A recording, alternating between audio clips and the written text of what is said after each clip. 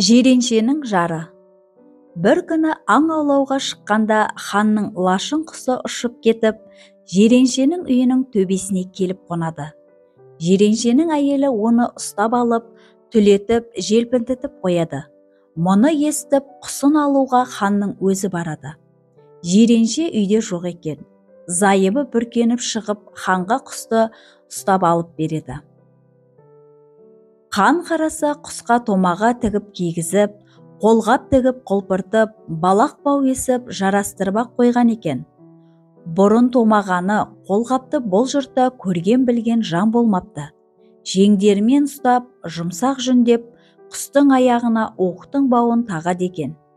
Ұшқанда сонысы бір құлаш болып шұбалып, аяғына оралып жүреді екен.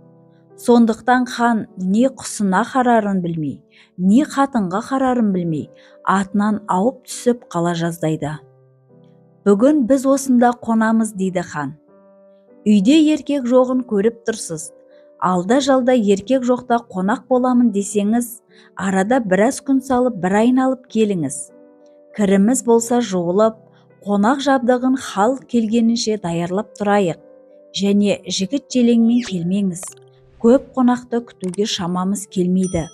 Өз басыңыз ғана болсын, дейді жиреншенің жұбайы.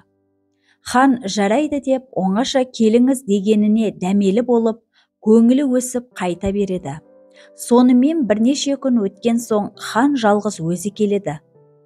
Хан келген соң әйел алдынан шығып, қолтығынан демеп түсіріп, қолынан ұстап үйіне кіргізеді.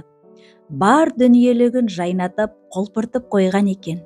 Көрпе жаюлы, төсек салулы, шымылдық құрулы тұр. Ханды жайғастырып, әйел тамақ жабдығына кіріседі. Жалғыз қалған хан айналасына көз салса, үйдегі нәрсенің бәрі кестелі екен.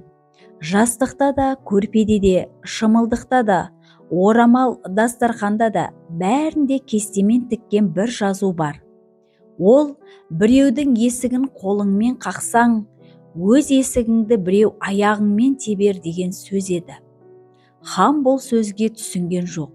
Есіл дерті әйелдің етегінде, нәпсінің жетегінде болып отыра береді. Жиреншенің әйелі бір уақытта палау басып, әртүрлі ыдысқа салып әкеліп ханның алдына қояды.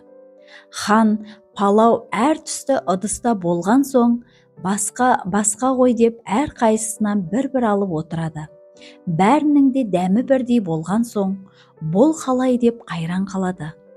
Тақсырау, ыдысымның басқалығы болмаса, бәрінде де бір тамақ, дейді әйел. Ханмен біраз отырып, әзілі жарасқан соң, тақсыр, ас айныса не түзейді, дейді.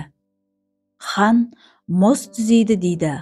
Қатын, май айныса не түзейді, дейді.